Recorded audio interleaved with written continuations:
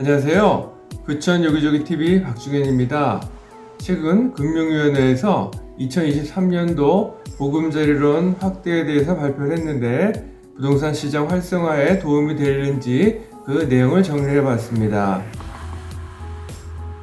먼저 금융위원회에서 2022년 12월 6일에 발표된 자료를 보면 2023년도 보금자리론 확대 운용 방향으로 서민 취약계층 금융부담 완화대책 당정협의회 보금자리론 개편 관련돼서 발표를 했는데 그 내용을 정리를 봤습니다. 그 주된 내용은 특례 보금자리론을 새롭게 도입한다는 내용인데, 특례 보금자리론은 2023년 1년간 9억 원 이하 집을 살 때 소득에 상관없이 연 4에서 5%대까지 대출이 가능한 상품으로, 대상은 신규 주택 구매자가 되겠고, 대환용으로 변동금리 주택담보대출을 고정금리로 갈아타려는 차주가 되겠으며, 보전용으로 담보물건에 대한 임차보증금 반환 목적의 주택담보대출이 되겠습니다.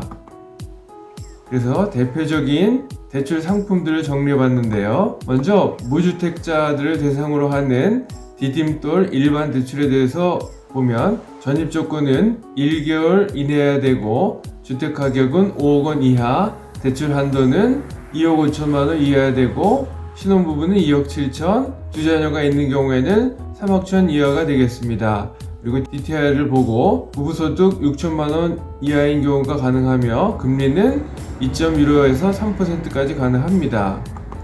그리고 보금자리론으로 1주택자도 가능하고, 기존 주택은 2년 이내 처분을 해야 되며 3개월 이내에 전입을 해야 되고, 주택 가격은 6억 원 이하, 그리고 대출 한도는 3억 6천만 원 이하여야 되며 DTI를 봅니다. 그리고 부부소득 7천만 원 이하일 경우에만 가능하고, 금리는 4.25에서 4.55%가 됩니다. 다음은 비규제 지역을 특정으로 해서 은행 담보대출을 정리해 봤습니다. 주택수는 1주택자도 가능하고, 기존 주택은 처분 조건이 없습니다. 그리고 전입 조건은 없고, 주택 가격도 한도가 없습니다.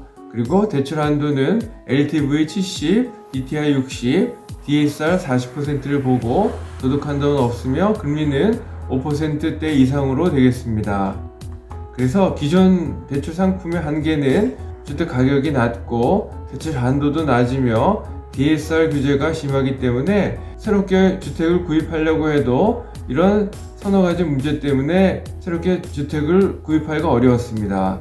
그래서 2023년도 한정으로 특례 보금자리론을 발표했는데, 주택수는 1주택자도 가능하고, 기존 주택은 2년 이내 처분을 해야 되며, 주택 가격은 9억 원 이하까지 늘어났고, 대출 한도도 5억 원까지 늘어났으며 DSR 규제도 없게 됩니다. 그리고 소득 한도도 없고, 금리는 단일금리 산정체계로 운영할 계획이라고 합니다. 그래서 금리는 우대형 안심전환 대출과 보금자리론의 금리를 고려해서 4% 중후반에서 5%대로 예상을 합니다. 세부적인 시행 일정과 금리 우대 등은 추후 공지 예정입니다. 기대 효과를 보면 시장 금리 상승 시기에 서민 실수요자 부담 경감이 기대가 됩니다.